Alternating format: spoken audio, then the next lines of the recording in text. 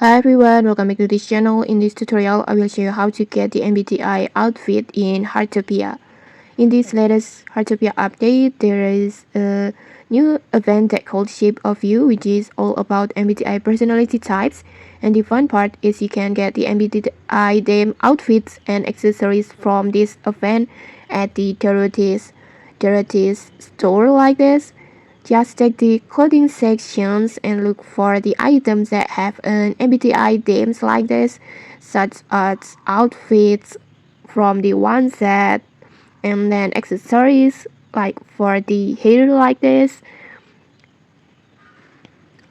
just like this. In here I got the INFP outfits and then the INTP hair like this. But just keep in mind the items that appears are different for each player, and not all MBTI types will appear at once. This is because the shops resets every day and the MBTI items will change randomly.